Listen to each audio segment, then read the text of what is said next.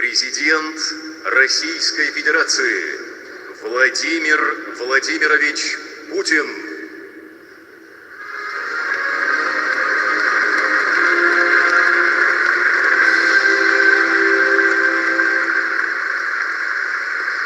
Благодарю вас, пожалуйста. Хорошо.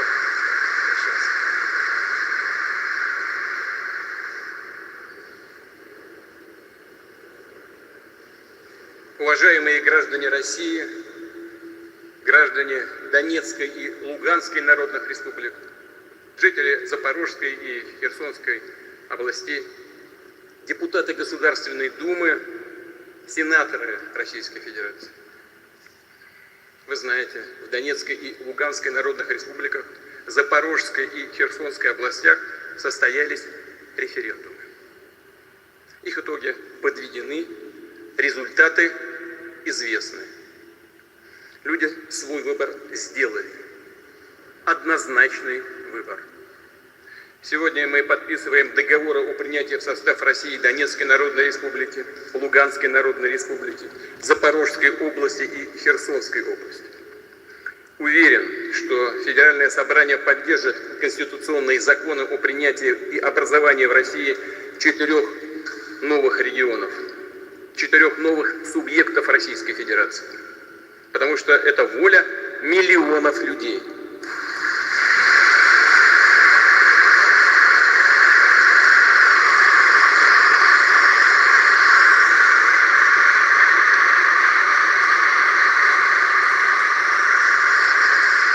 И это, конечно, их право, их неотъемлемое право, которое закреплено в 1 статье Устава ООН, где прямо сказано о принципе равноправия и самоопределения народов. Повторю, это неотъемлемое право людей. Оно основано на историческом единстве, во имя которого побеждали поколения наших предков. Те, кто от истоков Древней Руси на протяжении веков созидал и защищал Россию. Здесь, в Новороссии, сражались Румянцев, Суворов и Ушаков.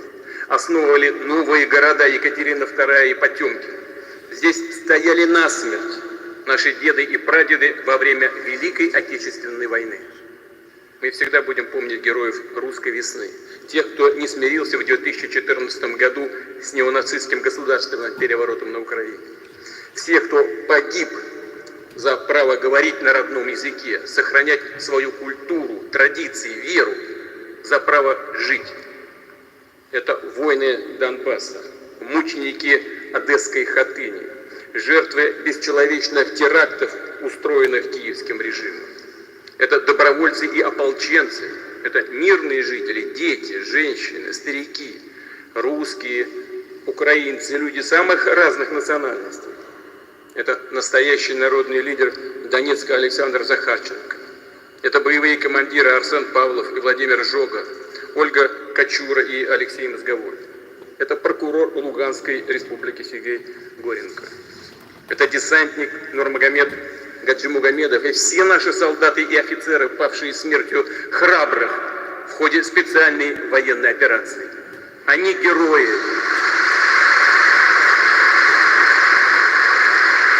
Герои Великой России. И прошу почтить их память минутой молчания.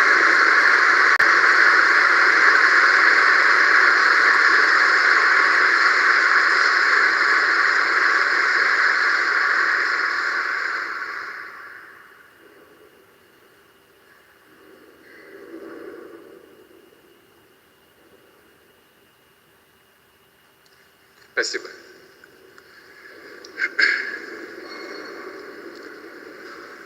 За выбором миллионов жителей в Донецкой и Луганской народных республиках, в Запорожской и Херсонской областях наша общая судьба и тысячелетняя история. Эту духовную связь люди передавали своим детям и внукам. Несмотря на все испытания, пронесли через года любовь к России. И это чувство никто не может в нас уничтожить. Вот почему и старшие поколения, и молодежь, те, кто родился уже после трагедии распада Советского Союза, голосовали за наше единство, за наше общее будущее. В 1991 году в Беловежской пуще, не спрашивая волю рядовых граждан, представители партийных тогдашних элит приняли решение о развале СССР. И люди в одночасье оказались оторванными от своей родины. Это по-живому разорвало, расчленило нашу народную общность, обернулось национальной катастрофой. Как когда-то после революции кулуарно нарезали границы союзных республик, так и последние руководители Советского Союза, вопреки прямому волеизъявлению большинства людей на референдуме 1991 года, развалили нашу великую страну, поставили народа просто перед фактом. Допускаю, что они даже до конца не понимали, чего делают, и к каким последствиям это неизбежно в конце концов приведет. Но это уже не важно. Советского Союза нет. Прошлого не вернуть. Да и России сегодня это уже и не нужно. Мы к этому не стремимся. Но нет ничего сильнее решимости миллионов людей, которые по своей культуре, вере, традициям, языку считают себя частью России, чьи предки на протяжении веков жили в едином государстве. Нет ничего сильнее решимости этих людей вернуться в свое подлинное историческое отечество. Долгие 8 лет людей на Донбассе подвергали геноциду, обстрелам и блокаде. А в Херсоне и Запорожье в них пытались преступно взрастить ненависть к России, ко всему русскому. Сейчас уже в ходе референдумов киевский режим грозил расправой, смертью школьным учителям, женщинам, работавшим в избирательной комиссии. Запугивал репрессиями миллионы людей, которые пришли выразить свою волю. Но несломленный народ Донбасса, Запорожья и Херсона сказал свое слово. Хочу, чтобы меня услышали киевские власти и их реальные хозяева на Западе. Чтобы это запомнили все. Люди, живущие в Луганске, Донецке, Херсоне и Запорожье, становятся нашими гражданами. Навсегда.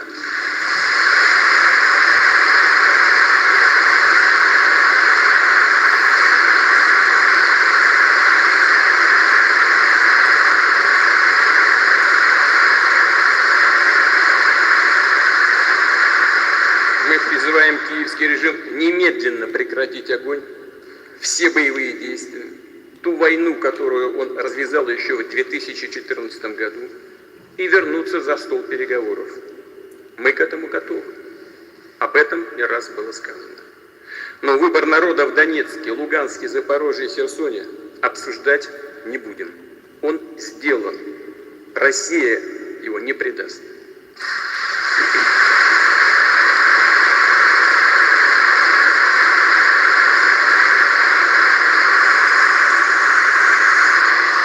И сегодняшние киевские власти должны относиться к этому свободному волеизъявлению людей с уважением, и никак иначе. Только таким может быть путь к миру. Мы будем защищать нашу землю всеми имеющимися у нас силами и средствами. И сделаем все, чтобы обеспечить безопасную жизнь наших людей. В этом великая освободительная миссия нашего народа. Обязательно отстроим разрушенные города и поселки.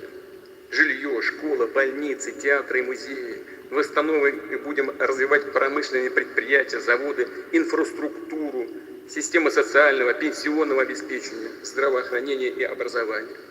Конечно, будем работать над повышением уровня безопасности. Вместе сделаем так, чтобы граждане в новых регионах чувствовали поддержку всего народа России, всей страны, всех республик, всех краев и областей нашей огромной Родины.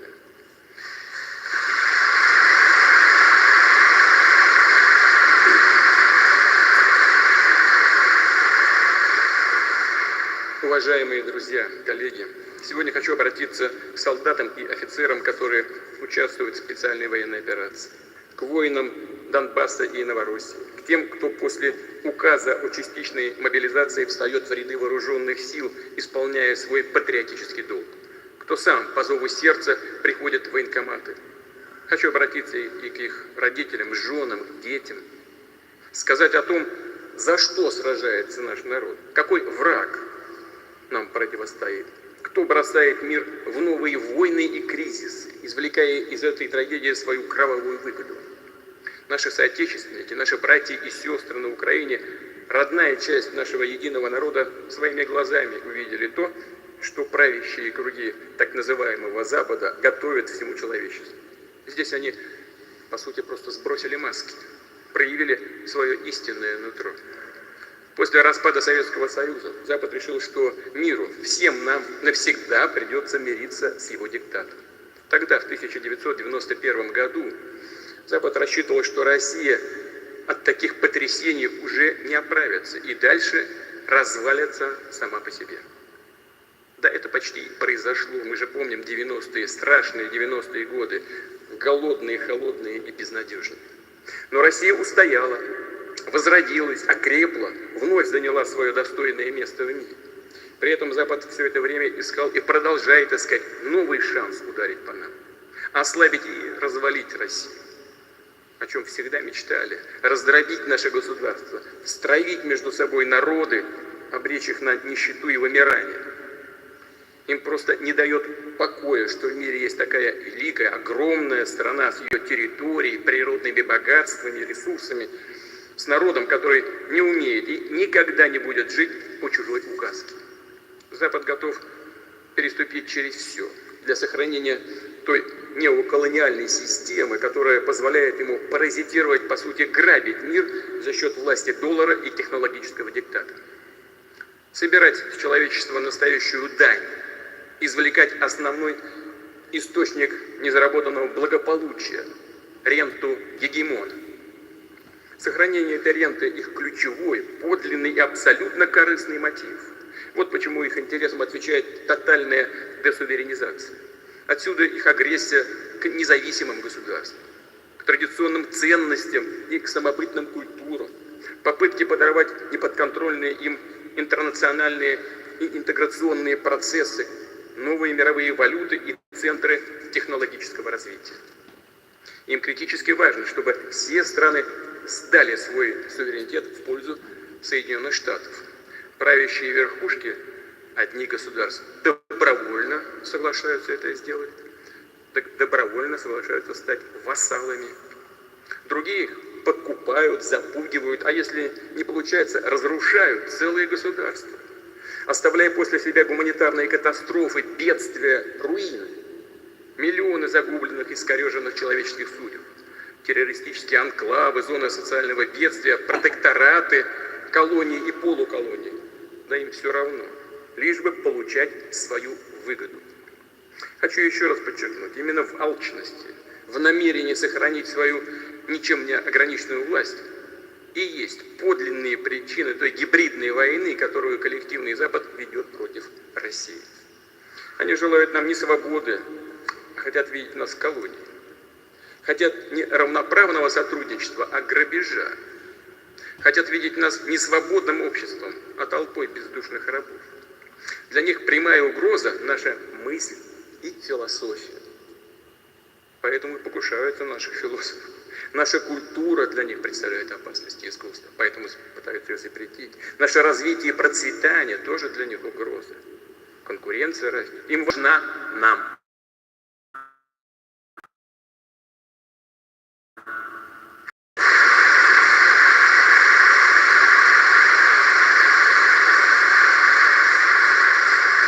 Хочу напомнить, что претензии на мировое господство в прошлом уже не раз разбивались о мужество и стойкость нашего народа. Россия всегда будет Россией. Мы и сейчас защитим и наши ценности, и нашу Родину. Запад рассчитывает на безнаказанность, на то, что ему все сойдет с рук. Да все, собственно говоря, все исходило с рук до сих пор. Соглашения в сфере стратегической безопасности летят в мусорную корзину. Договоренности, достигнутые на самом высоком политическом уровне, объявляются небылицами. Твердое обещание не расширять НАТО на восток, как только на них купились прежние руководители, обернулись грязным обманом. Договоры по противоракетной обороне и ракетам средней и меньшей дальности в одностороннем порядке под надуманными предлогами разорваны. Только и слышим со всех сторон: Запад отстаивает порядок, основанный на правилах. Откуда они взялись? Кто кто вообще видел эти правила, кто согласовывал. Послушайте, это просто бред какой-то. Послушайте, это просто бред какой-то. Сплошной обман, двойные или уже тройные стандарты. На дураков рассчитано просто. Россия великая тысячелетняя держава, страна цивилизация. И по таким подтасованным фальшивым правилам жить не будет.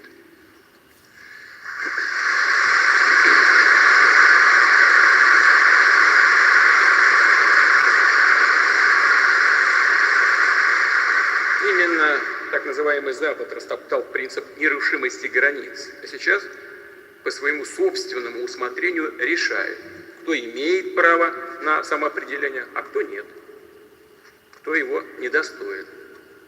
Почему они так решают? Кто им дал такое право? Непонятно. Сами себе. Вот почему у них вызывает дикую злобу выбор людей в Крыму, в Севастополе, в Донецке, Луганске, Запорожье и Херсоне. Никакого морального права давать ему оценки, даже заикаться о свободе и демократии у этого Запада нет. Нет и не было никогда. Западные элиты отрицают не только национальный суверенитет и международное право. Их гегемония имеет ярко выраженный характер тоталитаризма, деспотизма и апартеида. Они нагло делят мир на своих вассалов, на так называемые цивилизованные страны, и на всех остальных, кто по замыслу сегодняшних западных расистов должен пополнить список варваров и дикарей. Лживые ярлыки «страна-изгой», «авторитарный режим» уже готовы. Они клеймят целые народы и государства. Они дискриминируют, разделяют народы на первый и иной сорта. Мы никогда не принимали и не примем такой политический национализм и расизм. А чем, как не расизмом, является русофобия, распространяемая сейчас по всему миру? Чем, как не расизмом, является безапелляционная убежденность Запада в том, что его цивилизация, неолиберальная культура – это непререкаемый образец для всего мира? Кто не с нами, тот против нас. Странно даже все это звучит. Даже покаяние в своих собственных исторических преступлениях западные элиты перекладывают на всех остальных, требуя и от граждан своих стран, и от других народов повиниться за то, к чему они вообще не имеют никакого отношения, например, за период колониального захвата. Стоит напомнить Западу, что он начал свою колониальную политику еще в период Средневековья, а затем последовала мировая работорговля, геноцид индейских племен в Америке, разграбление Индии, Африки, войны Англии и Франции против Китая, в результате которых он был вынужден открыть свои порты для торговли опиумом.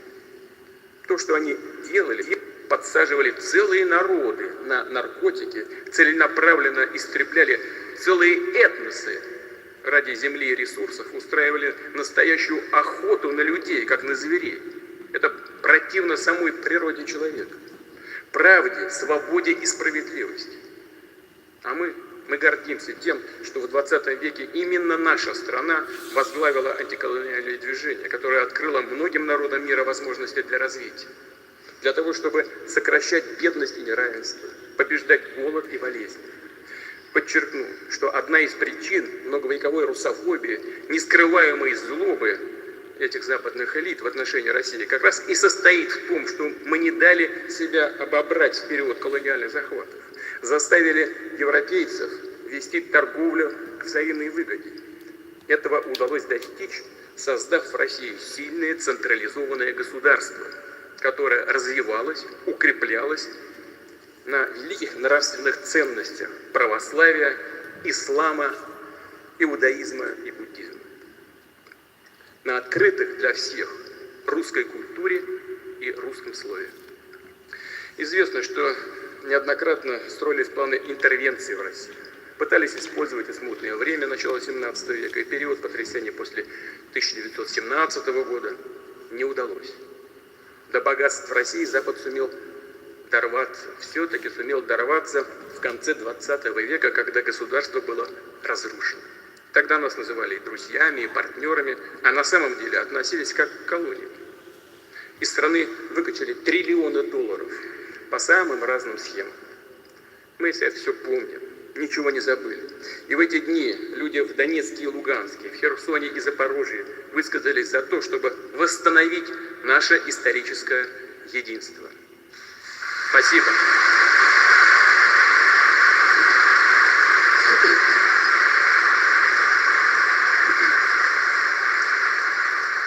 Западные страны веками твердят о том, что они несут другим народам свободу и демократию. Все с точностью да наоборот. Вместо демократии – подавление и эксплуатация.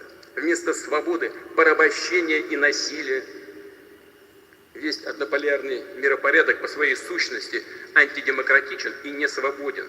Он лжив и лицемерен насквозь. США – единственная страна в мире, дважды применившая ядерное оружие, уничтожив японские города Хиросиму и Нагасаки. Кстати говоря, создали прецедент. Напомню о том, что США вместе с англичанами превратили в руины без всякой военной необходимости во время Второй мировой войны Дрезден, Гамбург, Кёльн и многие другие немецкие города. И это было сделано демонстративно, без всякой, повторю, военной необходимости. Цель была только одна, так же, как и в случае с ядерными бомбардировками в Японии. Запугать и нашу страну, и весь мир. США оставили страшный след в памяти народов Кореи и Вьетнама. Варварскими ковровыми бомбардировками, применением напалма и химического оружия. До сих пор фактически оккупируют Германию, Японию, Республику Корея, да и другие страны. И при этом цинично называют их равноправными союзниками. Послушайте, интересно, что это за союзничество такое? Но весь мир же знает, что за руководителями этих стран следят. Первым лицам этих государств устанавливают подслушивающие устройства не только в служебных, но и в жилых помещениях. Это настоящий позор. Позор и для тех, кто это делает, и для тех, кто, как рабы, молча и безропотно глотает это хамство. Приказы и грубые оскорбительные окрики в адрес своих вассалов они называют евроатлантической солидарностью. Разработку биологического оружия, опыты над живыми людьми, в том числе на Украине, благородными медицинскими исследованиями. Именно своей разрушительной политикой, войнами, грабежом они спровоцировали сегодняшний колоссальный всплеск миграционных потоков. Миллионы людей терпят лишения, издевательства, гибнут тысячами, пытаясь добраться до той же Европы. Вот вывозят сейчас хлеб из Украины. Куда он идет? Под предлогом обеспечить продовольственную безопасность беднейших стран мира. Куда идет? Да все идет в те же европейские страны. Там 5% только ушло в беднейшие страны мира. Опять очередное надувательство и прямой обман. Американская элита, по сути, использует трагедию этих людей для ослабления своих конкурентов, для разрушения национальных государств. Это касается и Европы, это касается и идентичности Франции, Италии, Испании, других стран с многовековой историей. Вашингтон требует все новых санкций против России, требует все новых санкций против России. И большинство европейских политиков с этим покорно соглашаются. Они же ясно понимают, что США, продавливая полный отказ ЕС от российских энергоносителей и других ресурсов, ведут дело практически к деиндустриализации Европы, к тому, чтобы полностью прибрать к рукам европейский рынок. Все они понимают, эти элиты европейские, все понимают, но предпочитают обслуживать чужие интересы. Это уже не лакейство, а прямое предательство своих народов. Но это Бог с ними, это их дело. Но англосаксам уже мало санкций. Они перешли к диверсиям. Невероятно, но факт. Организовав взрывы на международных газовых магистралях Северного потока, которые проходят по дну Балтийского моря, фактически приступили к уничтожению общеевропейской энергетической инфраструктуры. Всем же очевидно, кому это выгодно. Кому выгодно, тот и сделал, конечно. Диктат США строится на грубой силе, на кулачном праве. Бывает красиво обернуто, бывает без всякой обертки. Но суть одна и та же – кулачное право. Отсюда развертывание и содержание сотен военных баз во всех уголках мира, расширение НАТО, попытки сколотить все новые военные альянсы, такие как АУКУС и им подобные. Идет активная работа и над созданием военно-политической связки Вашингтон, Сеул, Токио. Все эти государства, которые обладают или стремятся обладать подлинным стратегическим суверенитетом и способны бросить вызов западной гегемонии, автоматически зачисляются в разряд врагов. Именно на этих принципах строятся военные доктрины США и НАТО, требующие ни много ни мало тотального доминирования. Свои неоколониальные планы западные элиты преподносят также лицемерно, даже с претензией на миролюбие. Говорят о неком сдерживании. И подобное лукавство, подобное лукавое слово кочует из одной стратегии в другую. А по сути означает только одно – подрыв любых суверенных центров развития. Мы уже слышали о сдерживании России, Китая, Ирана. Полагаю, что на очереди и другие страны – Азии, Латинской Америки, Африки, Ближнего Востока, а также нынешние партнеры и союзники США. Но мы же знаем, как что не понравится, они против союзников вводят санкции. То против одного банка, то против другого, то против одной компании, то против другой. Это же практика и будет расширяться. У них под прицелом находятся все, в том числе наши ближайшие соседи, страны СНГ. Вместе с тем, Запад явно и уже давно выдает желаемое за действительное.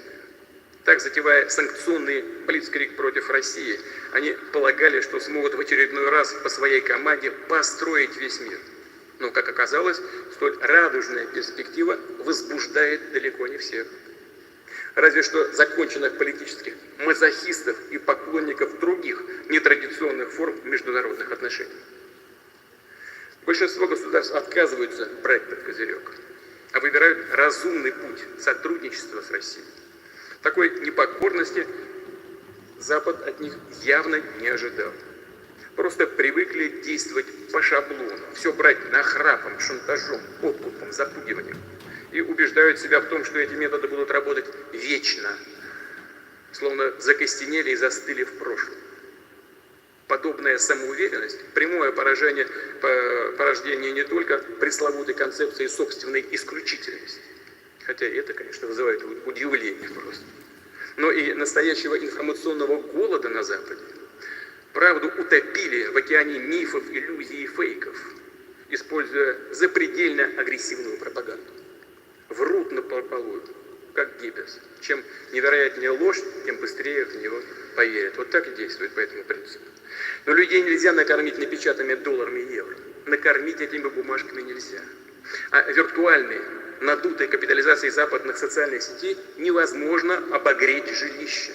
Все это важно, о чем я говорю. Но не менее важно и то, о чем только что было сказано. Бумажками никого не накормишь. Продовольствие нужно. И этими надутыми капитализациями тоже никого не обогреешь. Энергоносители нужны. Поэтому политикам и в той же Европе приходится убеждать своих сограждан меньше есть, реже мыться, а дома потеплее одеваться. А тех, кто начинает задавать справедливые вопросы, а, собственно говоря, почему? Почему так? Немедленно объявляют врагами, экстремистами и радикалами. Переводят стрелки на Россию, говорят, вот, мол, кто источник всех ваших бед. Опять врут. Что хочу особо отметить, подчеркнуть. Есть все основания полагать, что западные элиты не собираются искать конструктивные выходы из мирового продовольственного, энергетического кризиса, который возник по их вине, именно по их вине, в результате их многолетней политики еще задолго до нашей специальной военной операции на Украине, Донбассе. Но не намерен решать проблемы несправедливости, неравенства. Есть опасения, что они готовы использовать другие, привычные для них рецепты. И здесь стоит напомнить, что из противоречия начала 20 века Запад вышел через Первую мировую войну. Барыши от Второй мировой войны позволили Соединенным Штатам окончательно преодолеть последствия Великой депрессии и стать крупнейшей экономикой мира, навязать планете власть доллара как глобальной резервной валюты. А назревший кризис 80-х годов, а 80-е годы прошлого века кризис тоже обострился. Но Запад во многом преодолел его за счет присвоения наследия и ресурсов разваливавшегося и развалившегося, в конце концов, Советского Союза. Это факт. Сейчас, чтобы выпутаться из очередного клубка противоречий, им нужно во что бы то ни стало сломать Россию. Другие государства, которые выбирают суверенный путь развития, чтобы еще больше грабить чужие богатства и за этот счет закрывать, затыкать свои дыры. Если этого не случится, не исключаю, что они попытаются и вовсе довести систему до коллапса, на который все можно будет свалить. Или, не дай бог, решат воспользоваться известной формулой. Война все спишет. Россия понимает свою ответственность перед мировым сообществом и сделает все, чтобы привести в чувство такие горячие головы. Очевидно, что нынешняя неоколониальная модель в конечном счете обречена. Но повторю, что ее реальные хозяева будут до конца цепляться за нее. Им просто нечего предложить миру, кроме сохранения все той же системы грабежа и рынка. По сути, они плюют на естественное право миллиардов людей, большей части человечества, на свободу и справедливость, на то, чтобы самим самостоятельно определять свое будущее. Сейчас они и вовсе перешли к радикальному отрицанию нравственных норм, религии, семьи. Давайте ответим сами себе на очень простые вопросы. Я сейчас хочу вернуться к тому, что сказал. Хочу обратиться и ко всем гражданам страны, не только к тем коллегам, которые в зале находятся. Ко всем гражданам России. Разве мы хотим, чтобы у нас здесь, в нашей стране, в России, вместо мамы и папы был родитель номер 1, номер 2, номер 3? Совсем спятили уже. Разве мы хотим, чтобы в наших школах с начальных классов детям навязывали извращения, которые ведут к деградации и вымиранию? Чтобы им вдалбливали, что кроме женщины и мужчины якобы существуют еще некие гендеры. И предлагали сделать операцию по смене пола. Но разве мы все этого хотим для своей страны и для своих детей? Для нас все это неприемлемо. У нас другое, свое будущее. Повторю, диктатура западных элит направлена против всех обществ, в том числе и народов самих западных стран. Это вызов всем. Такое полное отрицание человека, ниспровержение веры и традиционных ценностей, подавление свободы приобретает черты религии наоборот, откровенного сатанизма. В Нагорной проповеди Иисус Христос, обличая лжепророков, говорит: «По плодам их узнаете их». И эти ядовитые плоды уже очевидны людям. Не только в нашей стране, во всех странах, в том числе для многих людей и в самом Западе. Мир вступил в период революционных трансформаций. Они носят фундаментальный характер. Формируются новые центры развития. Они представляют большинство мирового сообщества. И готовы не только заявлять о своих интересах, но и защищать их. И в многополярности видят возможность укрепить свой суверенитет. А значит, обрести истинную свободу, историческую перспективу. Свое право на самостоятельное, творческое, самобытное развитие, на гармоничный процесс. Во всем мире, в том числе и в Европе и Соединенных Штатах, как я уже сказал, у нас много единомышленников. И мы чувствуем, мы видим их поддержку. Внутри самых разных стран и обществ уже развивается по своему характеру освободительная, антиколониальная,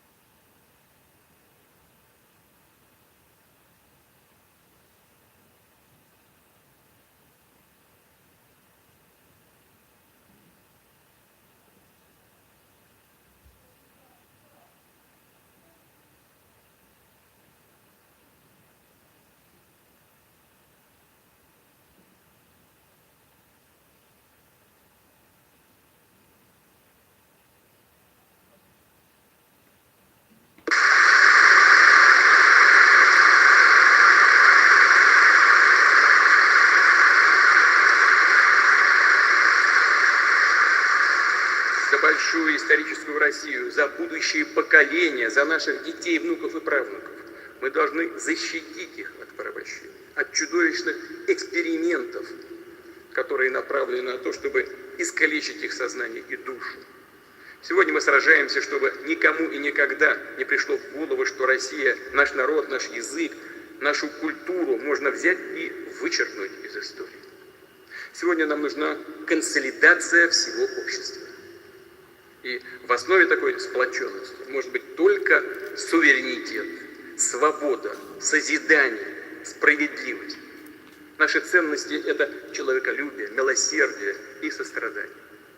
И хочу завершить свое выступление словами настоящего патриота Ивана Александровича Ильина. Если я считаю моей родиной Россию, то это значит, что я по-русски люблю, созерцаю и думаю, по-русски пою и говорю, что я верю в духовные силы русского народа.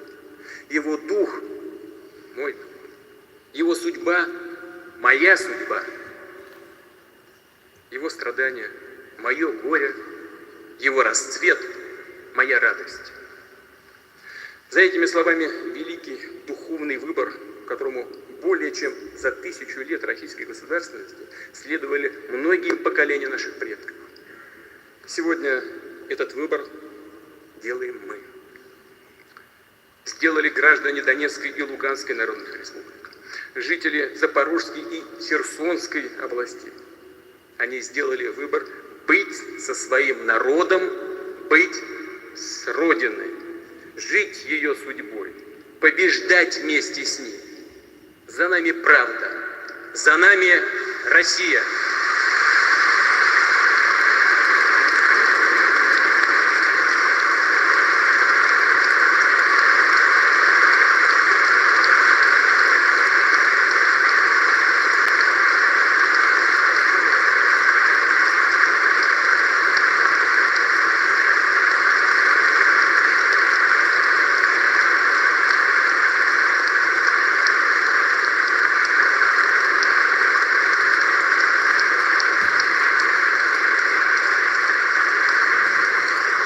Начинается церемония подписания документов.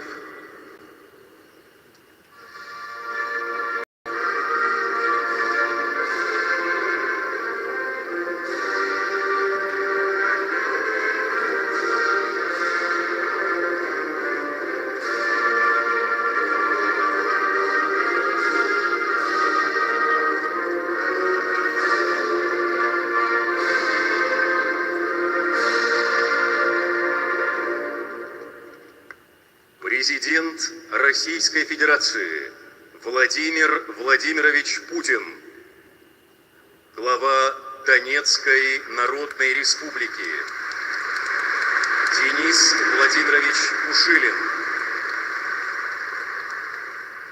глава Луганской Народной Республики Леонид Иванович Пасечник,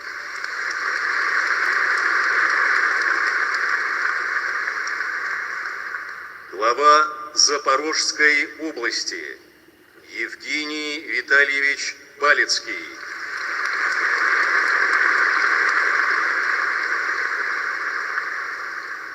и глава Херсонской области Владимир Васильевич Сальда.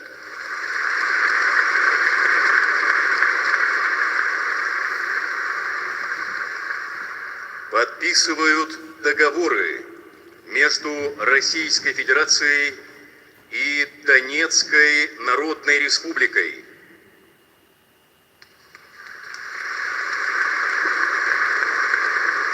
Российской Федерацией и Луганской Народной Республикой.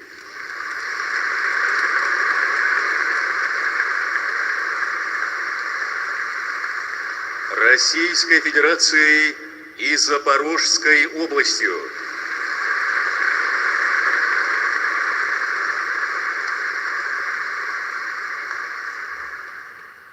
Российской Федерацией и Херсонской областью.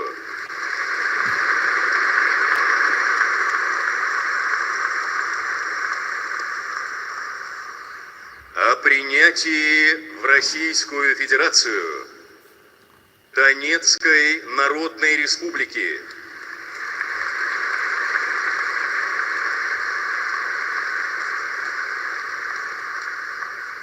Луганской Народной Республики,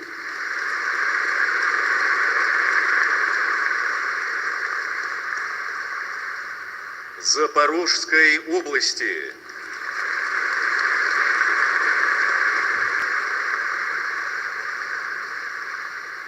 и Херсонской области.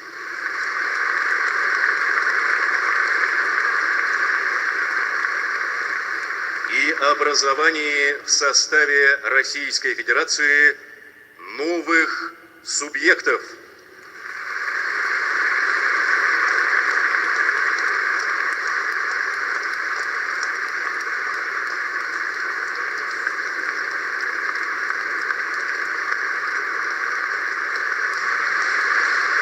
Исполняется государственный гимн Российской Федерации.